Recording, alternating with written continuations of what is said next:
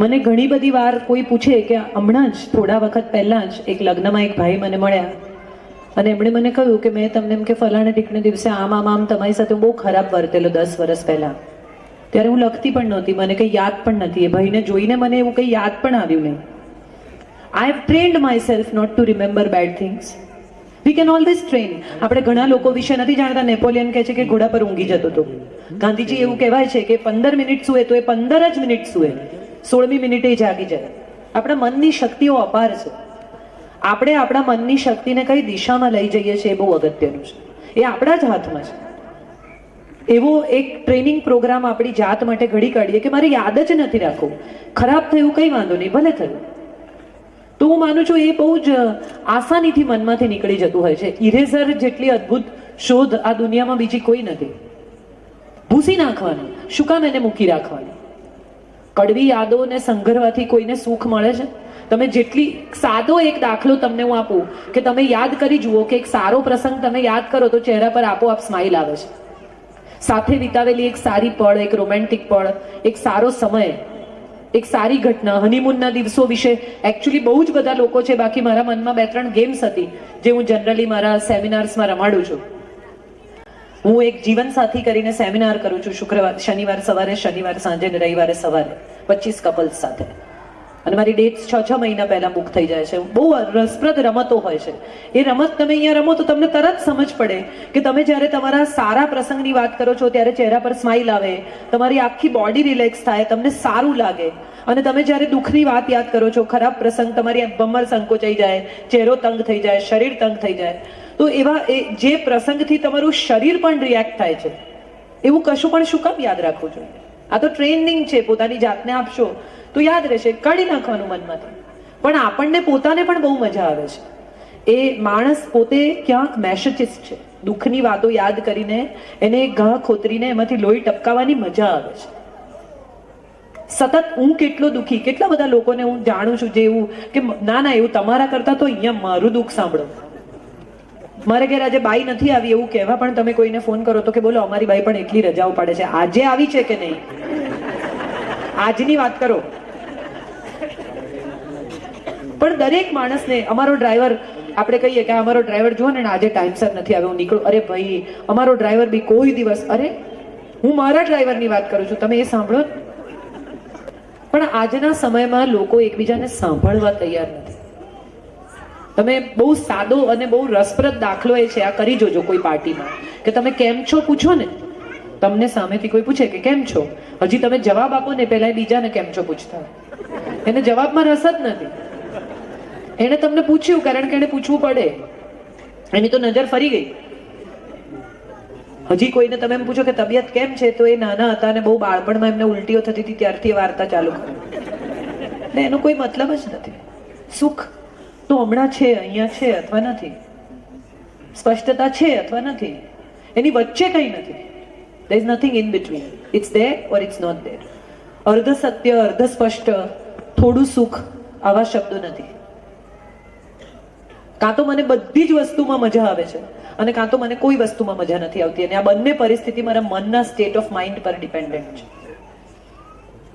કેટલાક લોકો કેવી રીતે, એક બહુ સરસ શાહબુદ્દીનભાઈ જોક કહેતા હતા, મને ખબર નથી કેટલા લોકોને ખબર છે, પણ કે કેટલાક લોકો સુખની વાત કરે ને તો એટલી ખરાબ રીતે કરે કે આપણને એમ થાય કે બોલો એમ કે આજે સવારે હું ઓફિસ પહોંચ્યો અને છેલ્લા 8 દિવસથી જે ટેન્ડરની પાછળ પડતો હતો એ ટેન્ડર કે ગયું કે ના થઈ ગયું. અરે તો એ આનંદની વાત છે. આમ શું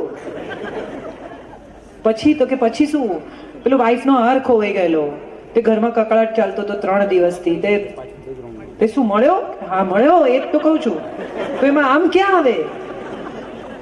અને કેટલાક લોકો એટલા દુઃખની વાત પણ એટલી જુદી રીતે કરે કે અમે બધા જમ્યા, વાતો કરતા હતા, પપ્પાએ આઈસ્ક્રીમ ખાધો, હજી અમને કઈ સમજ પડે પહેલા તો શું ગુજરી ગયા.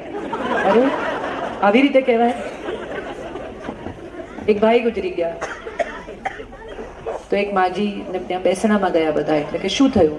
તો કે થવાનું શું કે છે, એમને રીંગણા નથી ભાવતા એટલે મેં રીંગણાનું શાક કરેલું. તો કે તો મેં એમને કીધું કે ભાઈ કકળાટ ના કરશો, તમે જઈને લઈ આવો તમારે જે શાક ખાવું હોય. તો કે કઈ નહીં, બજારમાં ગયા, ગાડીએ ટક્કર મારીને ઉડ્યા. તો કે પછી શું, મને તો રીંગણા ભાવે જ છે ને ભાઈ. એટલે આ એવું છે, હવે તમારે નક્કી કરવાનું છે. So I think it's more of training yourself and laughing about it than crying about it. Same thing, you can laugh and you can cry. કોઈ ઓપરેશનમાંથી પસાર થવાનું હોય તો તમને બીક લાગે, ડર લાગે, રડવું આવે, ચીસો પાડો તોય જવાનું છે, અને હિંમત રાખો તોય જવાનું છે. હિંમતથી તમારા પ્રશ્નો ઓછા થશે. એવી જ રીતે કોઈ વ્યક્તિ વિશેની સારી વાતો યાદ રાખશો તો એ વ્યક્તિ સાથેના સંબંધો મજબૂત જ થવાના છે. એમાં કોઈ નુકસાન નથી. આયુર્વેદિક દવા જેવું છે, આડ અસર નથી. ફાયદો નહીં થાય તો વાંધો નહીં, નુકસાન તો નહીં જ થાય, એવું હું માનું છું. જી, સાદો સવાલ છે કે તમારે બે માંથી એક ચોઈસ છે, તમારે ગોળી ખાઈને મરવું છે કે લટકીને મરવું છે? જોક સપાટ, મજાક સુધી બરાબર છે. લગ્ન કરીને પ્રેમ કરો કે પ્રેમ કરીને લગ્ન કરો એ બહુ અગત્યનું નથી. પ્રેમ કરતા રહો એ બહુ અગત્યનું છે. લગ્ન થઈ ગયા માટે પ્રેમ અટકી જાય કે લગ્ન થઈ ગયા માટે પ્રેમ શરૂ જ ન થાય, એને બદલે લગ્ન સાથે સીધો સંબંધ પ્રેમનો રહે એ બહુ અગત્યનું છે. બે લોકો એકબીજા સાથે સ્નેહથી જીવે ને એનાથી વધારે સુખ આ જગતમાં બીજું કોઈ નથી. પ્રેમ હશે ને તો બાકીનું બધું નહીં હોય તો પણ ચાલશે. અને આ સત્યો આપણે આપણી આજુબાજુમાં જોયા જ છે, એવું નથી કે આપણે નથી જોયા. અભાવમાં જીવી જતા લોકોને આપણે મળ્યા છીએ, આપણે જાણીએ છીએ. ક્યારેય કોઈએ એવું વિચાર્યું છે કે નરસિંહ મહેતાને તો ઈશ્વરમાં શ્રદ્ધા હતી ને ઈશ્વરે એના બધું ઈચ્છાઓ પૂરી કરી કે એની જવાબદારીઓ પૂરી કરી? એની પત્ની માણેક મહેતીને કોનામાં શ્રદ્ધા હતી? એને નરસિંહમાં શ્રદ્ધા હતી. ગાંધીજીએ નક્કી કર્યું કે હું બ્રહ્મચર્ય પાળીશ. કસ્તુરબાએ નક્કી નહોતું કર્યું, એણે માત્ર પતિને ફોલો કર્યો. સમજથી અણસમજથી, ગમાથી અણગમાથી. હું એવું માનું છું કે એનું નામ દાંપત્ય. તારા સપના મારી આંખે સાચા પડતા જાય એને નવું વરસ કહેવાય. હું કંઈ ના બોલું તો પણ તરત તને સમજાય એને નવું વરસ કહેવાય. મોસમને જોઈને ફૂલ ના ખીલે, ફૂલ ખીલે એટલે મોસમ બદલાય. આ બહુ અગત્યનું છે. આપણે પ્રેમ કરીને લગ્ન કરીએ, લગ્ન કરીને પ્રેમ કરીએ, પણ લગ્ન થાય એટલે પ્રેમ બાષ્પીભવન ના થવો જોઈએ બસ. બાકી પહેલા પછી આ બધા સવાલો મને નથી લાગતું કે બહુ મહત્વના હોય જિંદગીમાં. સ્ત્રીઓને કંઈ નથી પૂછવાનું કે જાહેરમાં નથી પૂછવાનું.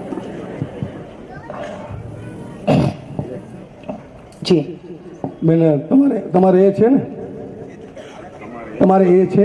હા છે ને, બી પણ છે. આપણે ખાલી એનું જ કામ છે. તમારી હાજરીમાં હસી શકે છે? હા બિલકુલ, મારા ઉપર મજાક કરીને પણ હસી શકે છે. અમને રહસ્ય સમજાવો, અમે હસી નથી શકતા. આ સવાલ બહુ રસપ્રદ એટલા માટે છે કે તમે મજાક એટલા માટે કરો છો કારણ કે તમે સાચું મોઢે કહી નથી શકતા. આ વાતને થોડીક ગંભીરતાથી લઈએ આપણે કે જે પતિઓ એવી ફરિયાદ કરે છે ને કે હું મારી પત્નીની મજાક કરું છું ને એને ખોટું લાગી જાય છે, એ બધા જ પતિઓએ એક વાત એવી સમજવાની જરૂર છે કે ખોટું લાગે એવી મજાક ન થવી જોઈએ. કોઈની મજાક ઉડાવવી અને કોઈની મજાક કરવી, આ બે શબ્દ પ્રયોગો અલગ થાય છે ગુજરાતીમાં. અને ખરેખર હું તો એમણે પૂછ્યું છે કે મારા અંગત જીવન વિશે, એટલે મારે ખરેખર આજે કહેવું છે કે હું બહારગામ જવાની હોઉં ને ત્યારે બાપ દીકરો, મારો દીકરો 17 વર્ષનો છે અને મારા હસબન્ડ સંજય ફોટોગ્રાફર છે, એ બંને જણા એમ કે હવે આજથી આપણું વેકેશન ચાલુ. સંજય આખો દિવસ નાયા વગર પગ લાંબા કરીને ટેલિવિઝન સામે બેસી જ રહે અને મને એવું કહે કે મને કેટલું ઘર જેવું લાગે છે તું નથી હોતી ત્યારે. એટલે ડિસિપ્લિનનો આગ્રહ છે એ વાત મને પણ ખબર છે ને હું પણ હસું છું. હમણાં જ 22મી જૂને મારા લગ્નની એનિવર્સરીના દિવસે બહાર જતો હતો ને કંઈ ભૂલી ગયેલો, એટલે આમ બહાર નીકળતો હતો એટલે મેં એને કહ્યું, મેં કીધું હસીને જા ને, કાઢ્યા એટલા ક્યાં કાઢવા છે. એટલે સામ સામે હસી જ શકાય. હમણાં થોડા દિવસ પહેલા હું ક્યાંક રોકાઈ ગઈ, મારી ફ્લાઇટ કેન્સલ થઈ અને મેં સંજયને ફોન કર્યો, મેં કીધું હું ઘરે નથી આવવાની. એટલે કે કોઈ દિવસ? આ બધા મારા ઘરના પ્રસંગો છે. અને બંને બાબતે હું હસી શકું ને મેં એને તરત જ કહ્યું કે ના એટલું બધું સારું નસીબ નથી તારું. એટલે વાતને તમે કેવી રીતે રજૂ કરો છો એ બહુ અગત્યનું છે. અમે સ્કૂલથી સાથે ભણ્યા છીએ, અમે મિત્રો છીએ, વધારે પતિ પત્ની ઓછા રહી ગયા છીએ હવે. અને ત્યારે મને એક વાત ચોક્કસ એવી સમજાય છે કે સપ્તપદીનું 7મું વચન બહુ સુંદર છે, સપ્તમે સખા ભવ. 7મે પગલે મિત્રો થઈ જઈએ, એકબીજાના ગમા અણગમા, સુખ દુઃખ, અભાવ ઉણપ અણાવડત બધું ઓળખી લઈએ અને સ્વીકારી લઈએ.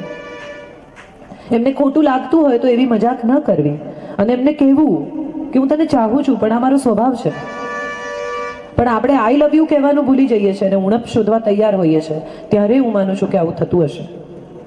હું પ્રેમ કરું છું છતાં આવી મજાક કરું છું એવું જો કહી શકાય તો હું માનું છું કે બધી જ પત્નીઓ હસી શકે અને હસવા દઈ પણ શકે. તાળી પાડો, મેં બહુ મોટી વાત કરી છે, ડઘાઈ ના જાઓ અને તમારા પક્ષમાં વાત કરી છે. જી નમસ્તે. નમસ્તે. બહેનોને કંઈ નથી પૂછવાનું, આટલું બધું ખરાબ?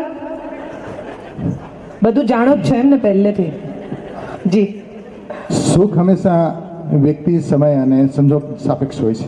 જી. અને ઘણી બધી નેગેટિવિટી આપણા મનના કારણે આપણે એ સુખ નથી માણી શકતા. જી. તો એ નેગેટિવિટી દૂર કરવાની કોઈ પ્રોસેસ ખરી એ હા. કહેશો? એક બહુ જ સરસ એક્સરસાઇઝ છે અને કદાચ બધા કરે તો બહુ જ મોટો ફાયદો થાય છે આમાં. તમને જે મિનિટે જે માણસ સાથે વાંધો પડે ને એના બધા ગુણો અને અવગુણો, સ્પેશિયલી પતિ પત્નીના સંબંધો વિશે જણા, તમારા બંને માટે તો બહુ જ ઇન્ટરેસ્ટિંગ એક્સરસાઇઝ છે. જે દિવસે એમ લાગે કે આજે બહુ મોટો વાંધો પડ્યો છે એ દિવસે બધા જેટલા અવગુણો હોય એક બાજુ લખવા ને ગુણો હોય બીજી બાજુ લખવા. કાગળ વાળીને મૂકી દેવો અને 24 કલાક પછી એ કાગળ ઉપાડીને ફરી વાંચવો અને એમાં જોવું કે એમાંથી કેટલા અવગુણ ચેકી શકાય એમ છે.